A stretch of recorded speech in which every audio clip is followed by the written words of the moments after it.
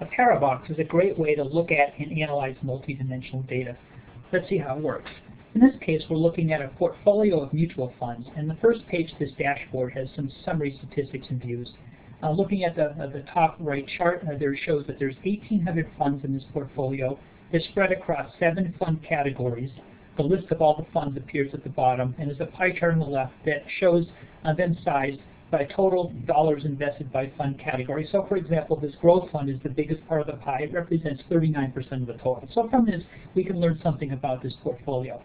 But if someone wanted to know, how do my funds, which do the best over 5 and 10 years, do in the early years, it would be really hard to answer. A Parabox does that really well. Let's take a look. Switch to the advanced correlation page, and here's a Parabox. It has a series of columns that represent and show different elements of the data. The left column is fund category. Each of these bubbles is sized by the total number of funds in the grouping. Then a column on fund name, and a series of measures: 1-year portfolio performance, 26-week, 3-year, 5-year performance, 10-year performance, total net assets invested, beta ratio, expense ratio, manager tenure. Some of the things that you'd want to look at to evaluate a fund portfolio. On the range variables, for example, 5-year performance, we're looking at a box whisker plot.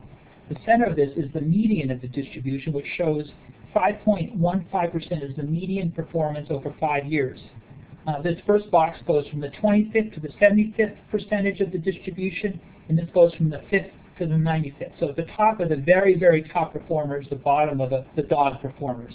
When I put the mouse on any point here, for example, the median, one of the funds comes up and the line shows its trajectory through the entire group of dimensions. So you can see going to the left, this fund is a treasury fund. Its name appears at the next column. It did below average. It was in the 5th to 25th percentile, the bottom quartile for 1-year performance, about the same for 26-week, about the same for 3-year. It got up to median over 5-year and was at going to the top quartile, the 75th percent over 10 years. The other dimensions you can see on the right. So that's the concept. Now let's take a look at this. Let's put all of the. Let's first look at the international fund. So I select them with the mouse, and you'll see the shaded or the colored part of the box whisker plot now only shows international. The gray in the back is the whole distribution. So you see that the international funds were below median on 1 year, below median on 2 year, way below median on 3 year, and below on 5 year. Looks like there weren't any 10-year performers. I can see the other dimensions as well. Now let's contrast that with the growth. Select the growth on the bubble chart. Let's see, the growth fund did a very different distribution. They were in the top quartile for 1 year, top quartile for 26-week, a little bit better for 3 year, same for 5 year, and did well over 10 years.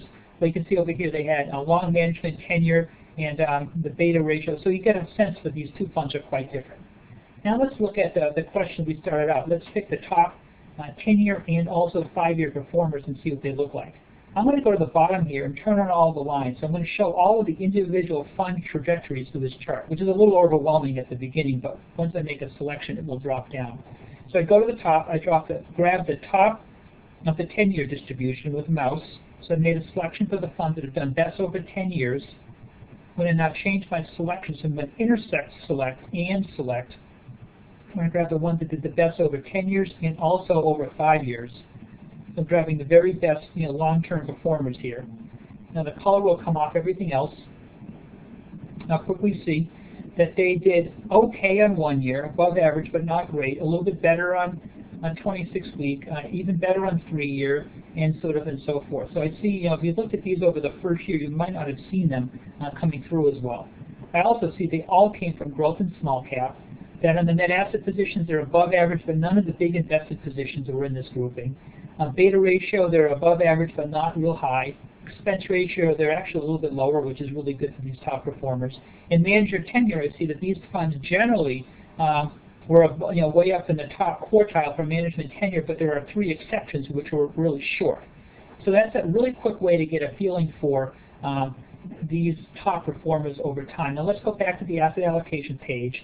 I get rid of everything else. So here's if I want to go to management, the message would be those top performers are 2/3 in my growth category, 1/3 small cap. There's 11 of them. Average 3-year performance of 25%, and I've got 31 and this is actually billions of dollars invested in them. So that's a good quick summary of the Parabox and how it can be used to really untangle, let's bring all the data back, multidimensional data in a way that can quickly be understood.